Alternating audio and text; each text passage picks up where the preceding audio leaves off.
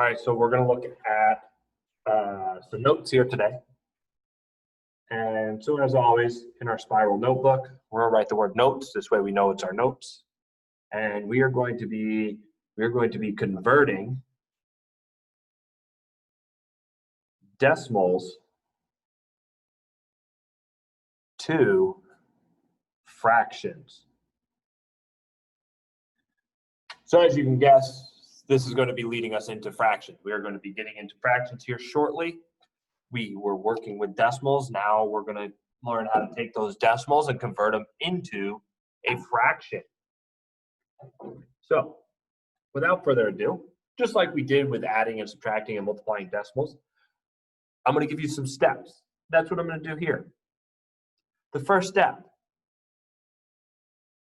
know your place values.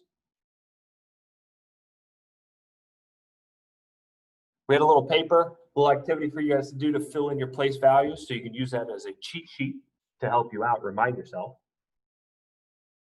Why we need to know the place values. The last digit place value is the denominator. And if you forget what the denominator is the bottom number of a fraction. All right, try to autofocus this, see if we can get it a little bit clearer. Doesn't look like we are. The next step is the number or numbers. That's what the parentheses S means. Okay, we're gonna try to autofocus, maybe get a little bit clearer. The number or numbers to the right of the decimal is/are the numerator. And that's the top number in a fraction. And then the last thing, the number in front of decimal is the whole number. So the number in front of the decimal is the whole number. And you'll see an example like that and what that would be. So biggest thing, make sure we know our place values, especially to the right of the decimal, because the last digit is your denominator. The last digit's place value. And so you'll see an example here. So let's take a look. So let's look at 0.3. If we read this correctly, using our place values, this is 3/10, because 3 is in the tenths value. Just by saying it, knowing our place value, I said it as a fraction, now I need to write it. It is 3/10, so the last digit is 3. That place value is the tenths, so the denominator is 10. The number to the right of the decimal is R, the numerator. Well, the number to the right of the decimal is 3, it's the only one. That's my numerator. I don't have anything in front of the decimal. Well, there's a 0, but I don't need to put a 0. So 0.3 or 3/10 is 3/10. That's why knowing your place values is going to help. Let's look at another example. 0.47. Or if I read it properly, this is 47 hundredths, because the last digit is in the hundredths. Got to emphasize that when you're dealing with to the right of the decimal. So that means my denominator is 100 because it's in the hundredths. And my numerator is the digits to the right, so that's 47. Boom. So 0.47 or 47 hundredths is 47 hundredths. So look at another example. 0.5, or 5 is in the tenths value. So I would read this as 5/10. So I could write it as 10 as my denominator, 5 is my numerator. Well, here's the thing, and I didn't put this necessarily in the steps, but I know a lot of you guys remember simplifying fractions. 5/10. What can I simplify that by? Well, if we look, both numbers are divisible by 5. So if I divide them both by 5, I get 1/2. So 0.5 is actually 1/2.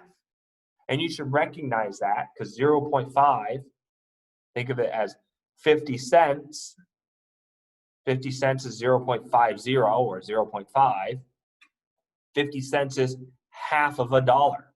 That's why 0.5 is 1/2. Look at another one. 0.25. 0.25, or if we look at the last place value right here, 5 is in the hundredths. So 100 is my denominator. Ooh, that's really blurry. Let me zoom in a little bit. I think that helped out a little bit. The numbers to my right are 25, so 25 is my numerator. So I have 25 over 100.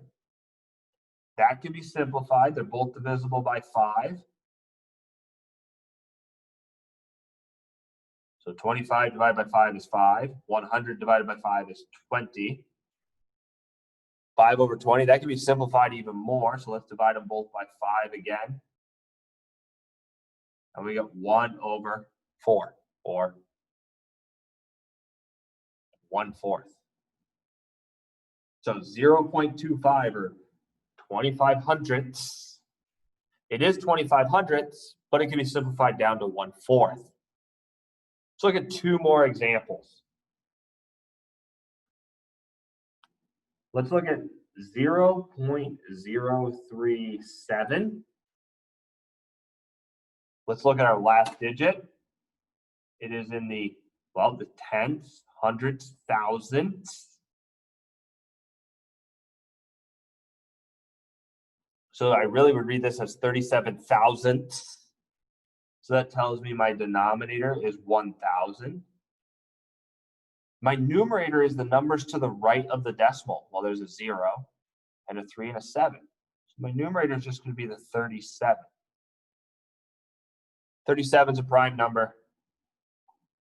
Boom, right here. And our last example, 2.03. So I threw a number in front of the decimal. We'll talk about that here in a second. Let's just look it to the right of the decimal. The 3 is in the hundredths. So we have 100 on the denominator, a 3 in the numerator because it's 0.3.